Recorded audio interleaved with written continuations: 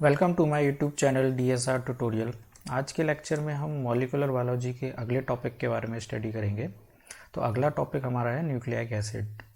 Nucleic acid के बारे में जानेंगे। न्यूक्लिक एसिड्स के कितने टाइप होते हैं, न्यूक्लिक एसिड में जो DNA और RNA पाए जाते हैं उनकी स्ट्रक्चर के बारे में बात करेंगे, DNA के स्ट्रक्चर के बारे में बात करेंगे। तो सबसे पहले बात करते हैं न्यूक्लिक एसिड होता क्या है। न्यूक्लिक एसिड नाम से ही पता चल रहा है, न्यूक्लियस और एसिड, यहाँ पे दो वर्ड हैं। तो यानी न्यूक्लियस के अंदर जो एसिड प्रेजेंट होता है उसको न्यूक्लिक एसिड बोलेंगे। एसिडिक करेक्टर इसका या एसिडिक नेचर क्यों होता है, क्योंकि फॉस्फोरिक एसिड प्रेजेंट होता है। DNA की अगर हम बैकबोन देखें तो उसमें 3 कंपोनेंट्स होते हैं, फॉस्फोरिक एसिड, शुगर और नाइट्रोजन बेस। तो फॉस्फोरिक एसिड के होने की वजह से ये एसिडिक नेचर का होता है और न्यूक्लियस में प्रेजेंट होता है, इसलिए इसको बोला जाता है न्यूक्लिक एसिड। तो सबसे पहले ये न्यूक्लिक एसिड को आइसोलेट किया था फ्रेडरिक मेजर ने फर्स्ट न्यूक्लियस से, जो कि डेड WBC होते हैं। होता क्या है न्यूक्लिक एसिड? न्यूक्लिक एसिड के टाइप्स की अगर बात करें तो DNA और RNA दो तरीके के न्यूक्लिक एसिड होते हैं जो कि मोनोमर से मिलकर बने हुए होते हैं। ये मैक्रोमोलिक्यूल्स होते हैं। मैक्रोमोलिक्यूल्स किसी मोनोमर यूनिट से जुड़कर ही बने होते हैं। बहुत सारे मोनोमर यूनिट को अगर ऐड कर दिया जाए तो मैक्रोमोलिक्यूल्स बन जाते हैं। तो यहाँ पर इसी के बारे में हम लोग जानेंगे। तो DNA और RNA की जो फॉर्मेशन होती है वो मोनोमर यूनिट के कंबाइन होने से होती है या पॉलीमराइज होने से होती है। और जो मोनोमर यूनिट होती है DNA और RNA की, वो न्यूक्लियोटाइड्स होती है। तो यहाँ पर दो टाइप्स के DNA और RNA हैं। न्यूक्लिक एसिड के जो दो टाइप्स हैं, पहला जो है वो RNA है और दूसरा DNA है। RNA को राइबो न्यूक्लिक एसिड और DNA को डीऑक्सी राइबो न्यूक्लिक एसिड बोला जाता है। और दोनों की ही मोनोमर यूनिट जो है वो न्यूक्लियोटाइड है। ठीक है, तो न्यूक्लियोटाइड जो मोनोमर यूनिट होती हैं, एक न्यूक्लियोटाइड और बहुत सारी न्यूक्लियोटाइड्स को जोड़ दिया जाए तो वो DNA की फॉर्मेशन या RNA की फॉर्मेशन कर देती हैं। अब बात करते हैं कि न्यूक्लियोटाइड जो मोनोमर यूनिट होती है DNA की, उसके अंदर क्या क्या प्रेजेंट होता है। तो न्यूक्लियोटाइड के अंदर 3 कंपोनेंट प्रेजेंट होते हैं। तो पहला तो फॉस्फोरिक एसिड प्रेजेंट होता है, दूसरा न्यूक्लियोसाइड प्रेजेंट होता है और न्यूक्लियोसाइड के अंदर राइबोस शुगर और नाइट्रोजन बेस होते हैं। तो यहाँ पर 3 कंपोनेंट हो चुके हैं। 3 कंपोनेंट कौन से हैं? एक तो है राइबोस शुगर, दूसरा नाइट्रोजन बेस और तीसरा फॉस्फोरिक एसिड। वैसे ही DNA की बात करें अगर, तो DNA में भी 3 कंपोनेंट हैं, फॉस्फोरिक एसिड और राइबोस शुगर। लेकिन यहाँ पर जो राइबोस शुगर है वो कौन सी होती है? डीऑक्सी टाइप की होती है, क्योंकि ऑक्सीजन नहीं होती है उसके अंदर। और नाइट्रोजन बेस भी यहाँ प्रेजेंट होते हैं। तो यहाँ पर जो DNA और RNA में डिफरेंस है मोनोमर यूनिट में, वो ये डिफरेंस है कि शुगर जो है वो RNA में राइबोस शुगर होती है और DNA में डीऑक्सी राइबोस शुगर होती है। और क्या डिफरेंस है DNA और RNA के मोनोमर यूनिट में? मोनोमर यूनिट यानी न्यूक्लियोटाइड में क्या क्या डिफरेंस है? तो दोनों में ही प्यूरिन्स और पिरिमिडीन पाई जाती हैं, लेकिन प्यूरिन तो सेम होती है दोनों में। RNA में एडेनिन और ग्वानिन ही प्रेजेंट होती है और DNA में भी एडेनिन और ग्वानिन ही मिलेगी। लेकिन पिरिमिडीन की बात करें अगर हम, तो पिरिमिडीन में RNA की स्ट्रक्चर में यूरेसिल प्रेजेंट होता है, लेकिन वहीं DNA की स्ट्रक्चर में थाइमिन प्रेजेंट होता है। तो ये दो डिफरेंस होते हैं DNA और RNA में। DNA की जो न्यूक्लियोटाइड होती है उसके अंदर जो शुगर होती है वो राइबोस शुगर होती है, और यहाँ पर जो पिरिमिडीन बेस होते हैं यानी नाइट्रोजन बेस होते हैं वो यूरिडीन प्रेजेंट होते हैं। और DNA की बात करें तो DNA में डीऑक्सी राइबोस शुगर होती है और जो पिरिमिडीन स्ट्रक्चर में जो नाइट्रोजन बेस होते हैं वो थाइमिन प्रेजेंट होते हैं। तो ये डिफरेंस है RNA में और DNA में। इसकी स्ट्रक्चर किस तरीके की होती है DNA की और RNA की, उसके बारे में हम लोग स्टडी करेंगे। तो उससे पहले ये जान लेते हैं कि न्यूक्लियोसाइड में और न्यूक्लियोटाइड में क्या डिफरेंस होता है। पीछे हमने अभी देखा ही कि न्यूक्लियोसाइड के अंदर जो प्रेजेंट होते हैं वो नाइट्रोजन बेस और शुगर प्रेजेंट होते हैं। लेकिन कभी कभी एग्जाम में ये क्वेश्चन आ जाता है कि what is nucleoside and what is nucleotide, और वहाँ पर आपको एग्जाम्पल दे दिए जाते हैं कि sugar plus nitrogen base nucleotide है या न्यूक्लियोसाइड है, या शुगर नाइट्रोजन बेस और फॉस्फोरिक एसिड न्यूक्लियोटाइड है या न्यूक्लियोसाइड है। तो ये थोड़ा बहुत कन्फ्यूज़न हो जाती है इसमें कभी कभी, तो इसको याद रखने के लिए ट्रिक है यहाँ पर देखिए जो लिखा हुआ है न्यूक्लियोसाइड, तो यहाँ पर जो साइड लिखा हुआ है तो इससे हम ट्रिक बना सकते हैं कि यहाँ पर साइड किया गया है फॉस्फोरस को। देखिए यहाँ पे फॉस्फोरस प्रेजेंट नहीं है, अगर न्यूक्लियोसाइड होगा तो वहाँ पर फॉस्फोरस नहीं है, तो क्या है, शुगर है और नाइट्रोजन बेस है। वहीं अगर न्यूक्लियोटाइड में देखें तो यहाँ पे जो वर्ड है वो टाइड है, और टाइड का मतलब क्या हो गया कि फॉस्फोरस को यहाँ पर टाइड कर दिया गया है या जोड़ दिया गया है। तो यहाँ पर इन दोनों में माइनर सा डिफरेंस है, वो डिफरेंस क्या है, फॉस्फोरस का डिफरेंस है। अगर फॉस्फोरस को साइड कर दिया जाए तो वो हो जाता है न्यूक्लियोसाइड, अगर फॉस्फोरस को टाइड कर दिया जाए, बाइंड कर दिया जाए, तो वो हो जाता है न्यूक्लियोटाइड। तो इस तरीके से हम याद कर सकते हैं। देखिए यहाँ पर जैसे कि बताया था आप लोगों को अभी, जो न्यूक्लियोटाइड होते हैं उनके अंदर फॉस्फोरस प्रेजेंट होता है, फॉस्फोरिक एसिड, और अगर न्यूक्लियोसाइड होते हैं तो उनमें फॉस्फोरिक एसिड प्रेजेंट नहीं होता है। फिर उसमें क्या रह जाता है, केवल राइबोस शुगर रह जाता है और नाइट्रोजन बेस रह जाते हैं। तो ये न्यूक्लियोसाइड और न्यूक्लियोटाइड होते हैं, इसके बारे में हम लोग जान चुके हैं। आइए देख लेते हैं स्ट्रक्चर किस तरीके की होती है। अगर कोई भी डीएनए है तो मैंने आपको अभी बताया कि डीएनए में जो मोनोमर यूनिट होती है वो न्यूक्लियोटाइड होती है, और उसके 3 कंपोनेंट होते हैं। उन 3 कंपोनेंट में से ये जो शुगर होती है वो, डीएनए की बात करें तो डीएनए में डीऑक्सी राइबोस शुगर होगी, और डीऑक्सी राइबोस शुगर में 5 कार्बन होते हैं। यहाँ पर ये फर्स्ट कार्बन नंबर है, ये सेकंड है, और फिर ये थर्ड नंबर और ये 4 नंबर, और यहाँ पर ये जो कार्बन नंबर है वो 5 है। तो इस तरीके का स्ट्रक्चर होता है राइबोस शुगर का। राइबोस शुगर के बाद हम प्यूरिन बेस की बात करें तो वो हमने पीछे देख ही लिए थे कौन कौन सी प्यूरिन बेसिस होते हैं, एडेनिन और ग्वानिन होते हैं।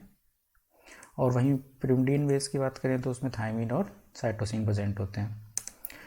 अब अगर इनकी नेमिंग की बात की जाए तो एडेनिन को 6 अमाइनो प्यूरिन बोलते हैं, और ग्वानिन की बात की जाए तो 2 अमाइनो 6 ऑक्सी प्यूरिन बोलते हैं। थायमिन को 2,4 डाई ऑक्सी 5 मिथाइल pyrimidines, और साइटोसिन को 2 ऑक्सी 4 अमाइनो pyrimidines बोलते हैं।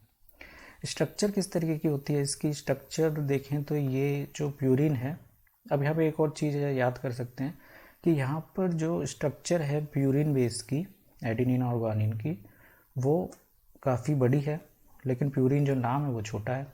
और यहाँ पर देखिए pyrimidine नाम काफ़ी बड़ा है लेकिन इनकी स्ट्रक्चर छोटी है, 6 पॉइंट की है, और यहाँ पर ये 9 पॉइंट की है।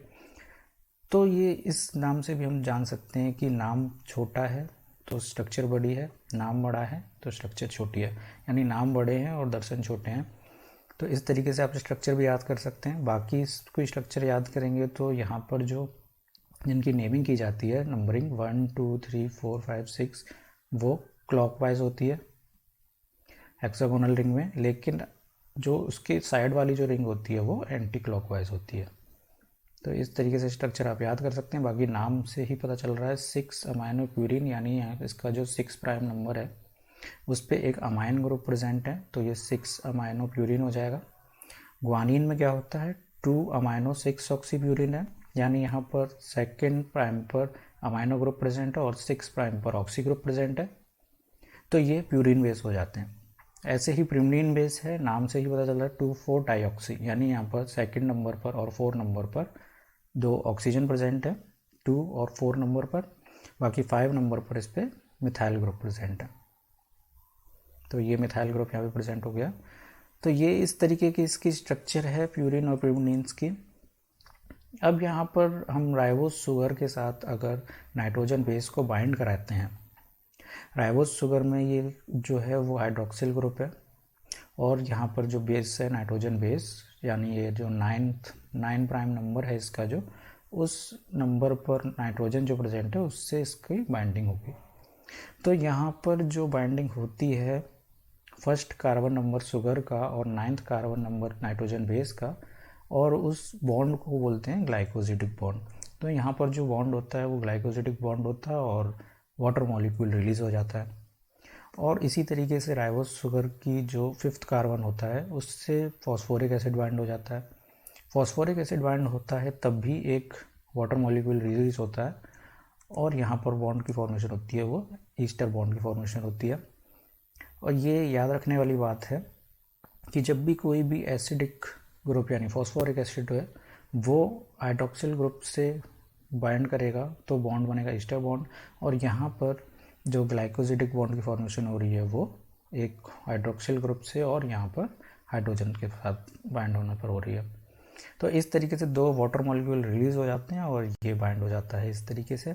और यहाँ पर ये ज़रूर याद रखना है आप लोगों को कि जो OH ग्रुप होता है, OH ग्रुप जो होता है वो शुगर से जाता है, बाकी हाइड्रोजन जो होता है वो फॉस्फोरिक एसिड से और नाइट्रोजन बेस से जाता है। ठीक है, तो इस तरीके से एक न्यूक्लियोटाइड की फॉर्मेशन हो जाती है। अब देखते हैं ये किस तरीके से ये ऐड होते हैं वन बाई वन। तो सबसे पहले बांध के रख के देखते हैं एडेनिन से।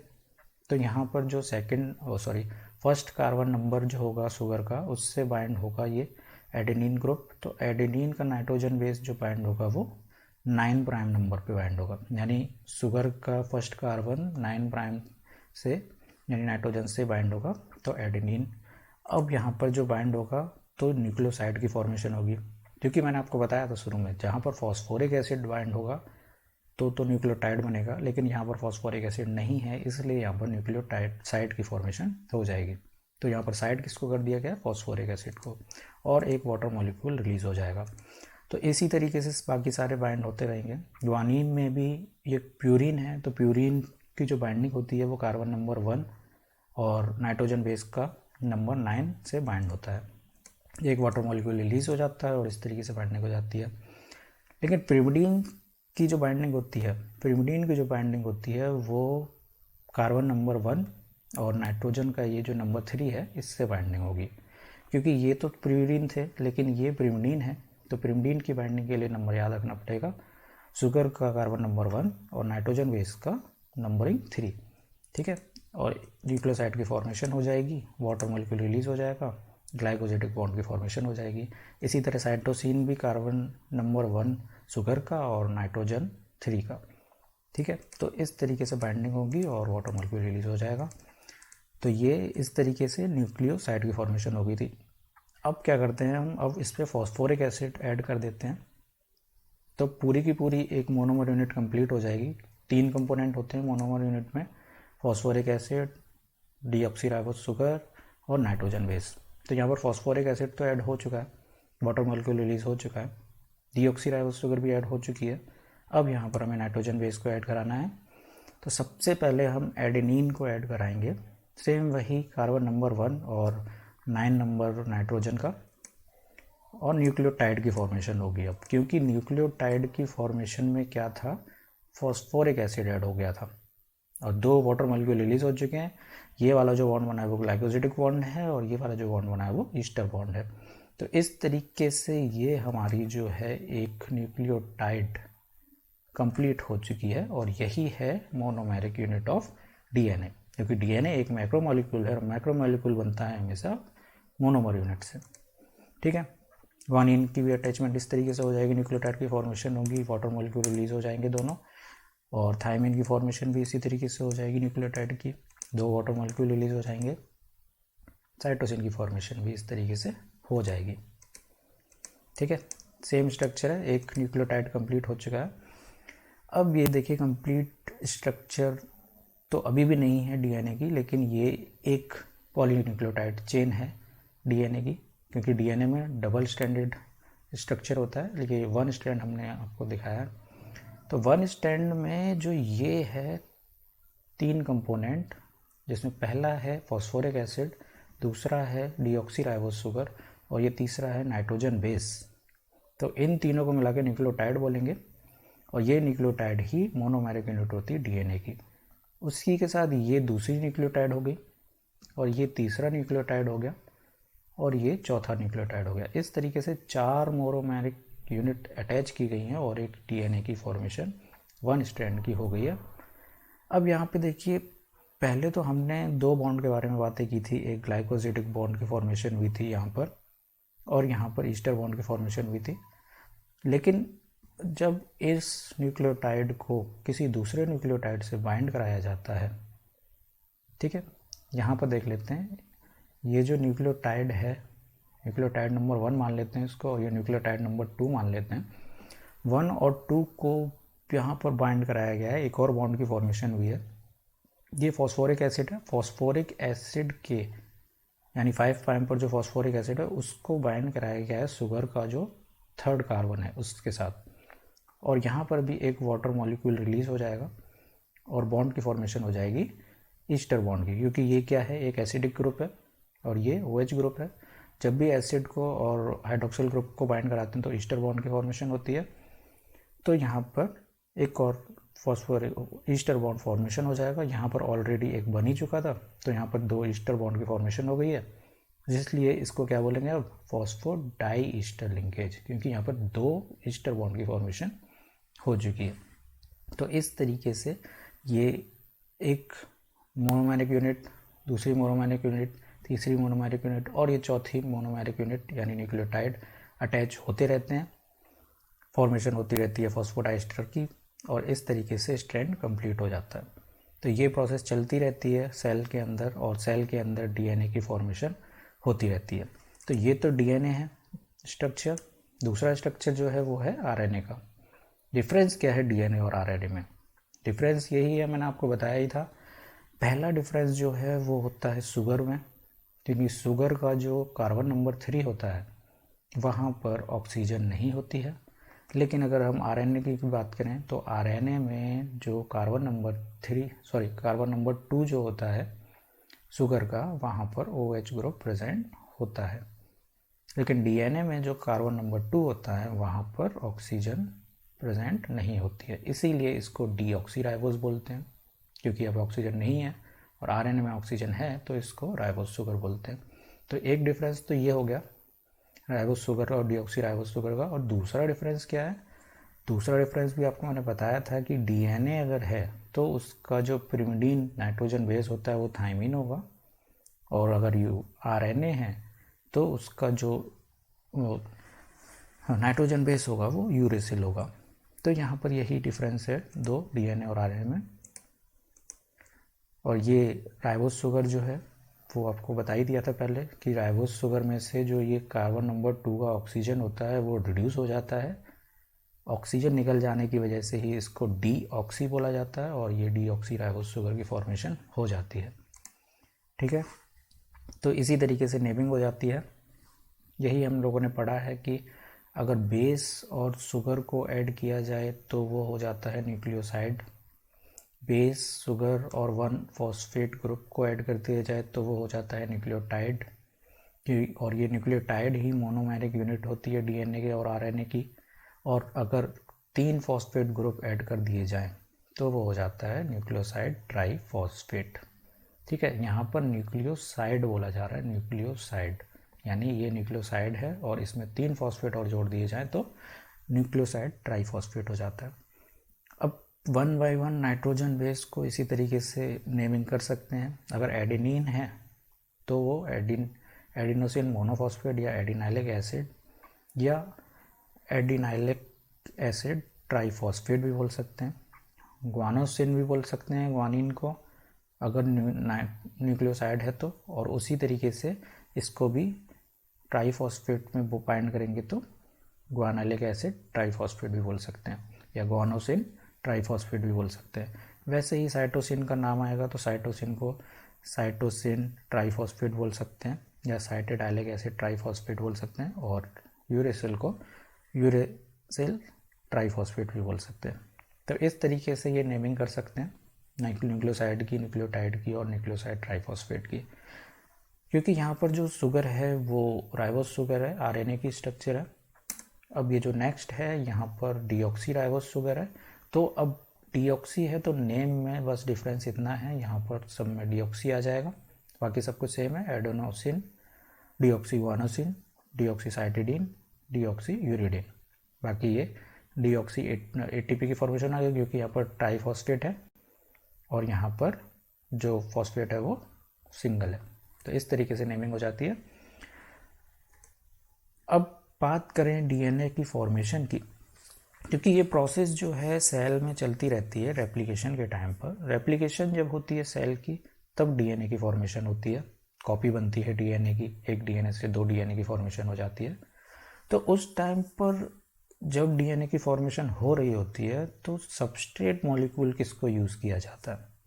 सवाल ये आता है माइंड में कि जब डीएनए में हमने ये तो जान लिया कि मोनोमेरिक यूनिट से मिलकर बनती है डीएनए, और मोनोमेरिक यूनिट कौन से होते हैं? फॉस्फोरिक एसिड, शुगर और नाइट्रोजन बेस। लेकिन फॉस्फोरिक एसिड जो लिया जाता है डीएनए को बनाने के लिए, डीएनए सबस्ट्रेट की बात करें अगर हम, तो वो किसको लिया जाता है? क्या उसमें सिंगल फॉस्फेट होता है, या डबल फॉस्फेट होता है, या फिर ट्रिपल फॉस्फेट का यूज़ किया जाता है?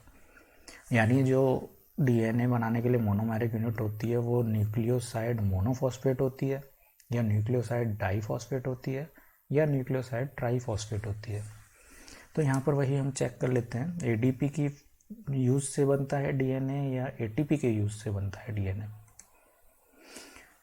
ठीक है, तो यहाँ पर चेक करते हैं, अगर डीएनए की फॉर्मेशन के टाइम पर यूज़ किया जाए एडीपी का, 2 फॉस्फेट का यूज़ किया जाए एज अ मोनोमर यूनिट, तब क्या होगा?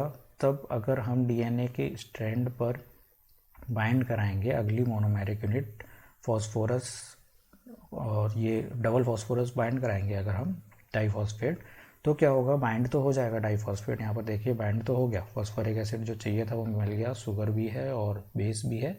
लेकिन यहाँ पर जो डीएनए में फॉर्मेशन होने के बाद रिलीज जो हो रहा है वो केवल एक सिंगल फॉस्फेट रिलीज हो रहा है, और सिंगल फॉस्फेट अगर रिलीज होगा तो डीएनए की फॉर्मेशन होने के बाद भी सेल को अपनी जो मेटाबॉलिक एक्टिविटीज़ हैं वो करने के लिए कुछ ना कुछ तो एनर्जी चाहिए होती है।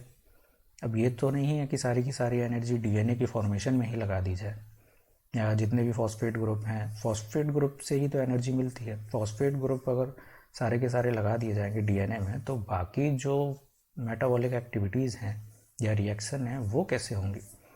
तो इसकी वजह से क्या होता है, सेल में अगर फॉस्फेट की कमी आएगी तो सेल की ये जो रिएक्शन है वो रिवर्स भी हो सकती है, यानी बैकवर्ड डायरेक्शन में भी जा सकती है। अगर ऐसा हुआ, बैकवर्ड डायरेक्शन में जाने से क्या हो जाएगा?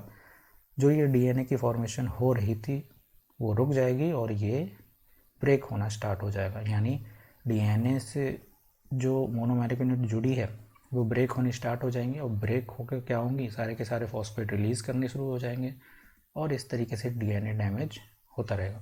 यानी डीएनए की जो प्रोसेस चल रही थी फॉरवर्ड डायरेक्शन में बनने के लिए, वो बैकवर्ड डायरेक्शन में हो जाएगी, और बैकवर्ड डायरेक्शन में जाएगी तो फिर क्या होगा? डीएनए टूटने लगेगा टुकड़ों में, और फॉस्फेट रिलीज़ हो जाएगा, और वो यूज़ किया जाएगा as a source of energy. ऐसा ना हो उसके लिए क्या किया जाए? उसके लिए सेल के अंदर जब डीएनए की फॉर्मेशन होती है तो एज अ सबस्ट्रेट मॉलिक्यूल या मोनोमेरिक यूनिट बोल सकते हैं हम उसे, उसको यूज़ किया जाता है न्यूक्लियोसाइड ट्राईफॉस्फेट। तो डीएनए फॉर्मेशन में न्यूक्लियोसाइड ट्राईफॉस्फेट का यूज़ किया जाता है। अब ऐसा करने से क्या होता है? ऐसा करने से जब डीएनए की फॉर्मेशन होती है तो यहाँ पर 3 फॉस्फेट होते हैं, अल्फ़ा, बीटा और जो तीसरा है वो गामा।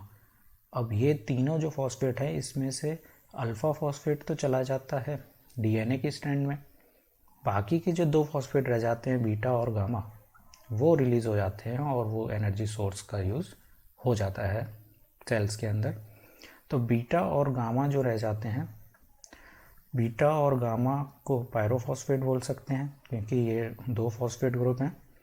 ठीक है, तो ये जो बीटा और गामा बने हैं, बीटा और गामा, इन दोनों को as a source of energy use किया जाता है, और इनको भी आगे चलकर ब्रेक कर लिया जाता है। ऐसा करने से एनर्जी प्रोवाइड होती है, वो अमाउंट जितना चाहिए था सेल्स को वो कंप्लीट हो जाता है, और फिर ये रिएक्शन फॉरवर्ड डायरेक्शन में ही जाती है, बैकवर्ड डायरेक्शन में नहीं जाती है, और डीएनए ब्रेक नहीं होता है। तो इस तरीके से डीएनए बनता रहता है। तो कभी कभी एग्जाम में ये सवाल भी आ जाता है कि डीएनए की फॉर्मेशन में या आरएनए की फॉर्मेशन में जो सबस्ट्रेट मॉलिक्यूल यूज़ किया जाता है वो किसको किया जाता है? वो किया जाता है एटीपी को। तो यहाँ पर यही सब कुछ दिया गया है कि सेल जो है अगर कंप्लीट एनर्जी नहीं मिलेगी डीएनए बनने के टाइम पर तो रिवर्स हो सकती है, रिएक्शन रिवर्सिबल जा सकती है, इसीलिए ये होता है। और ये किस लॉ पर डिपेंड करता है? ये जो लॉ है वो है लॉ ऑफ मास एक्शन। ठीक है, तो हमेशा एटीपी का यूज़ किया जाता है डीएनए की फॉर्मेशन में, एडीपी का यूज़ नहीं किया जाता है। ठीक, तो आज अब ये देख लेते हैं हम डीएनए का स्ट्रक्चर, कंप्लीट स्ट्रक्चर है ये। वहाँ पर जो स्ट्रक्चर था वो सिंगल स्ट्रैंड का था। अब यहाँ पर ये 3 प्राइम है और ये है 5 प्राइम।